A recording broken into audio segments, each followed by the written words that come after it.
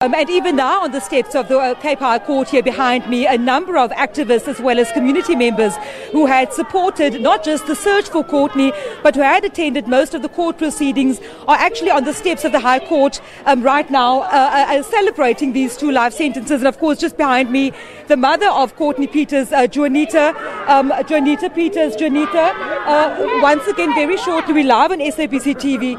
You told me just now that you are welcoming this sentence. As a family, as a mother, just your views on the 2 life sentences today. Ek is gelukkig met die straf wat hy gekry het. Dat gaan nie my kind terugbring nie, sê ek weer. Maar ek voel gelukkig, want het liefst het hy nie weggekom nie. Hy het gekry wat hy verdien om te kry. I asked Aaron just now as well what you would say to Mortimer if you had the chance to speak to him, and Aaron said that he would like to ask him why. Is this is this also what you would like to hear from him? What would you say to him? Ja, ons wil weet die hoekom en waaroms, maar ons gaan ons nog nooit die antwoorde kry nie, want hy gaan dit mos nog nooit vir ons gee nie. As a mother, Juanita, how do you go forward? Now, this chapter has been closed. It's been a very difficult time for you. Going forward, how do you as a mother start to deal with what has taken place, with what has happened?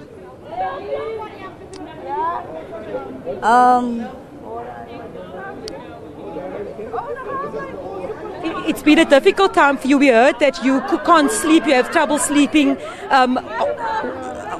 What do you do now going forward? How do you come over what has taken place?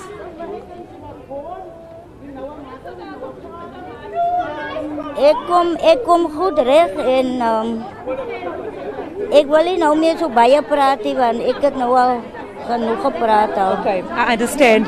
That, of course, Juanita Pieters, the mother of young Courtney Pieters. We know that it's been a very trying time for her, as well as the entire Pieters family, as well as the community of Elsies River. You'll see quite a number of people behind me. These are the people who have been part of this journey since the young girl went missing in May 2017.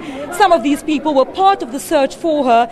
Some of them have been gathering here at court throughout the proceedings. And of course, today they were not going to not be here today in support of the family, as well as the entire broader community of Elsies River, South Africa. And of course, just now in a sentencing, the Judge Mantame again said, quoted crime statistics, specifically crimes against the rape and murder of young children in South Africa. And of course, we've just come out of the 16 days of activism of no violence against women and children. And I assume that the National Prosecuting Authority would be very satisfied at the moment because this is what they had been pushing for. You'll remember that Mortimer Saunders was sentenced to life for the rape of young Courtney. He had insisted throughout the trial that he was guilty of necrophilia. Of course, that is committing a sexual act on a corpse, saying that the murder was not premeditated. But this judge has found differently. Not only did she last month find him guilty of rape, but she also found him guilty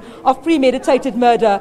And of course, you'll see that behind me here, outside court, of course, some community members holding up posters with young Courtney's picture, saying that they are satisfied with the way this case has proceeded, but also saying that this kind of thing should not happen ever again in South Africa. And joining me now from the National Prosecuting Authority is Eric Ntabazalila. Eric, a very warm good afternoon to you. You as the NPA have been calling for 2 life sentences. This is exactly what Judge Mantame has sentenced Mortimer Saunders.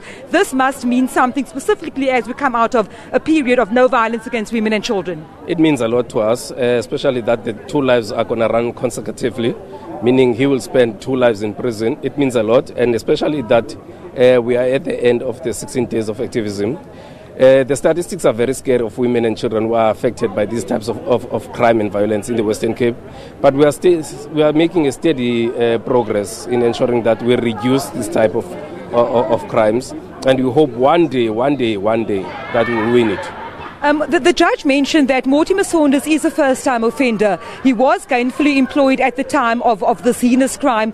She's saying that those may have been mitigating circumstances, but the aggravating circumstances, the fact that a 3-year-old girl, Eric, was poisoned, raped, and buried in a shallow grave, the fact that Mortimer Saunders even joined in on the search on all these 9 days for this young girl, knowing full well what he had done and the impact that this has on society, not just the community of Elsies Elsies River or the family of Courtney Pieters, but in the country as a whole.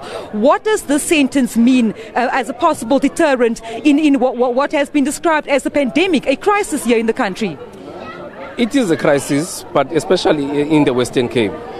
The sentence means a lot to us, not only us as a justice cluster and the police and the justice system. It means a lot to us, but also to the community in general, so that they can see that we are doing something about these types of crimes. Also, you'll notice that Mortimer Saunders never showed any remorse. He never said he was guilty in this case.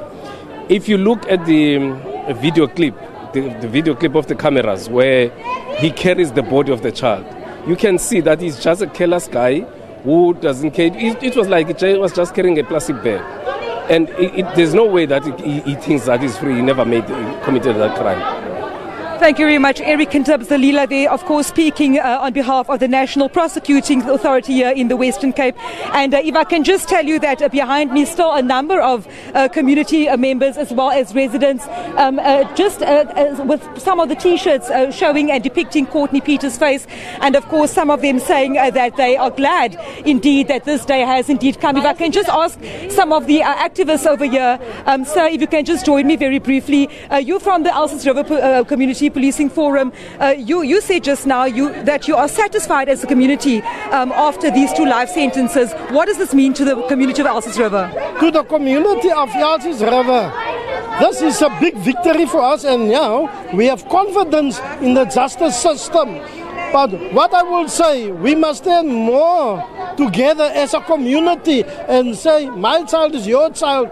And what the justice system must also do, and the social workers, the mothers who are so careless, who leave their children out in the street so late, they must take action with these mothers also, who are under severe yards and the children are playing outside and don't look. We must look. These things, both sides also, but we say thank you to the Lord for today, although we will never see Courtney again. But we are happy in the justice system.